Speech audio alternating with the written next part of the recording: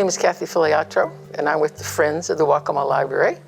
And every year for the past 13 years, we've had a poetry contest for the kids from the ages 12 to 18, for those kids who would attend the same area that would service the Waccamaw Library.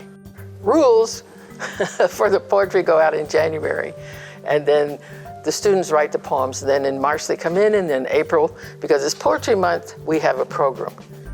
The contest depends on the readers. This year the readers were Kay Houston, Connie Montgomery, and Thea Smith. And the poems are all numbered. So the readers don't know how old the poet is. They don't know who they are. They don't know where they go to school. So all of those are blind reading. They read them once. They send me their numbers, because I've numbered them. We go through the numbers. They read them again. We cut down the line a little bit further until we get to the final 5.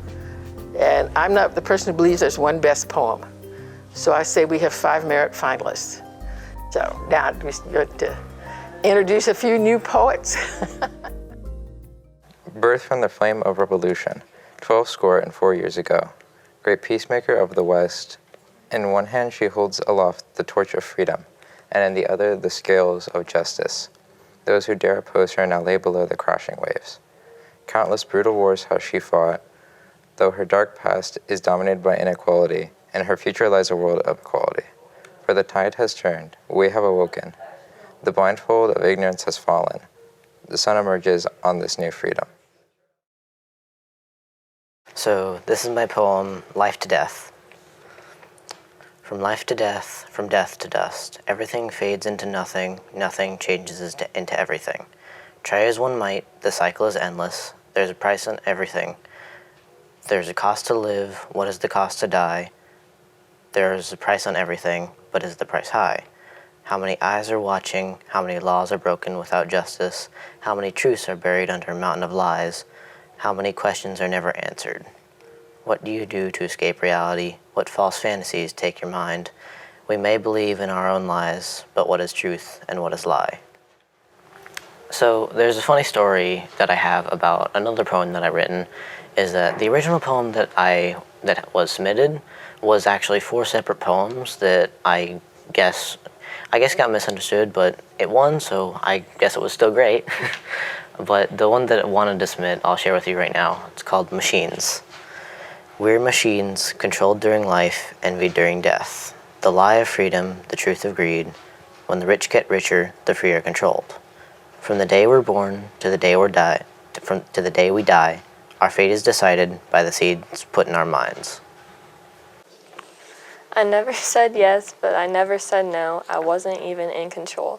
That night took me as a whole. When it happened, I lost my soul. Tears were streaming from my eyes. I had no control no matter how hard I tried.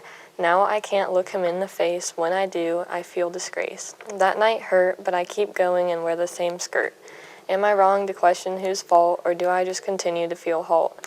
I never said yes, I never said no, but in the end the question stands, did I have control? This is my poem, Everlasting Change. Everyone changes, everyone evolves, change happens every day, human nature will continue to change. But what gives you the right to change for someone else? Over time, people change to fit the status quo, change themselves to please others, convince themselves it was for the better. But was it? Do you feel better now that you changed to fit another person's perspective? Do you feel ashamed of the real you? You shouldn't, so don't. What gives other people the right to tell you how to live? Live for yourself, not others. Be yourself. If you continue to change for others, one day you will look in the mirror and won't recognize your own self, so don't. Don't change for others. You are yourself. I am me. Sometimes it's all we can ever be. Hi there, I'm Mrs. Elizabeth Entrary, and I'm reading Stella Eubanks' poem. It's titled Anticipation. Blackout. The cables have come undone, signals are lost. I feel the transmissions from across the landscape, but no one is receiving. The calm while the winds whip and the trees cover their heads, I stand. The hope that everything will be okay once the storm passes. Alone, here I am, standing still when the sound pulses and thrums. Everything outside becomes silent and serene. There is only flash and current. And in that instant, lightning polarizes every vein. And now I am here, alive, transmitting. So I'm very proud of the 5 finalists this year for the Friends of Waccamaw Library Contest. Poetry is one of those things that I'm passionate about anyway.